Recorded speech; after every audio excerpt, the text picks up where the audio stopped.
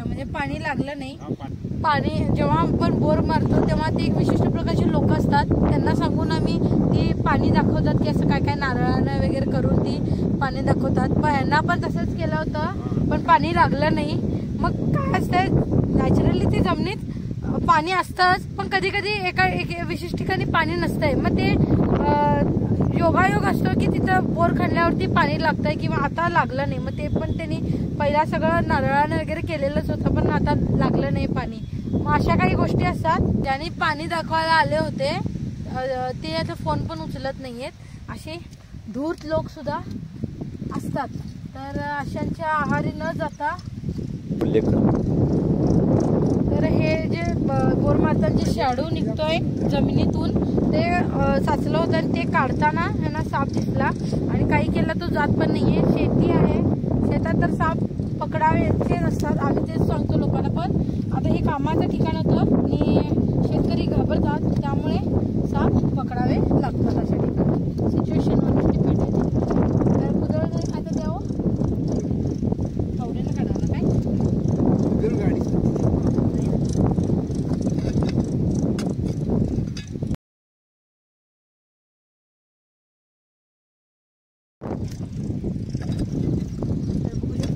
साप दिसलाय, नाग आहे मित्रांनो। शेतामध्ये असेच मोठे मोठे साप राहतात।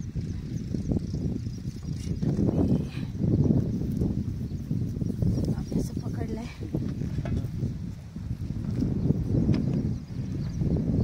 खूप मोठा साप आहे आणि शेतामध्ये जास्त उंदरं असतात आणि उंदरं खाण्यासाठी साप येतात। सापाला शेतकऱ्याचा मित्र म्हणतो पण शेतकरी सापाला घाबरतात, घाबरून मारतात, पण यांनी मारले नाही त्यामुळे यांचा धन्यवाद। आणि बघू शकतो किती सुंदर नाग आहे, केवढा छान त्याचा आकडा जो आहे त्याच्यावरती वेगळीच डिझाईन पण दिसाले ते मध्ये घालायला। तर बघू शकता तुम्ही त्याच्या फण्यावरती किती सुंदर डिझाईन आहे। हे जे दोन डोळ्यासारखे दिसतात तेच त्याच्या खाली पण आहे, म्हणजे अशा वेगवेगळे छटा सापांच्या फण्यामध्ये असतात। आपल्या माणसांचे कसे चेहरे एकसारखे राहत नाहीत, काहीतरी वेगळेपणा असतो, तसंच सापांमध्ये प्राण्यांमध्ये सुद्धा असं असतं। किती सुंदर आहे बघा, नॅचरल सुंदरता आपण ज्याला म्हणतो, किती सुंदर साप आहे।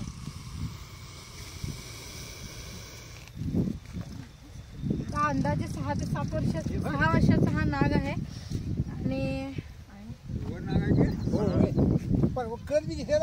बघू शकता किती सुंदर त्याच्यावरती डिझाईन आहे, जो फणा असतो त्याच्यावरती। आणि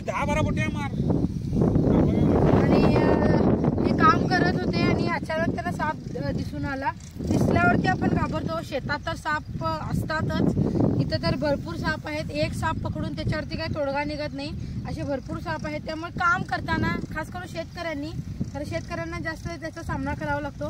काम करताना म्हणजे सांभाळून करत जा, साप असू शकतात आणि हात पाय आपल्या सापावर पडू नये याची जरी तुम्ही काळजी घेतला तरी सर्पदंशापासून तुम्ही वाचू शकता। अंदाजे 6 वर्षाचा नाग आहे म्हटलं मी आणि असे कित्येक साप इथं आहेत।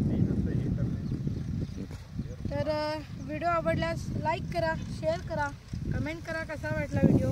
स्नेक सेवर शिवानीला फॉलो करा, जास्तीत जास्त तुमचं प्रेम द्या, कारण हे व्हिडिओ आम्ही तुमच्यासाठीच बनवतो। सापांना तुम्ही ओळखावं, सापाची सायंटिफिक माहिती तुम्ही घ्यावी ही आमची इच्छा असते, लक्षात। धन्यवाद।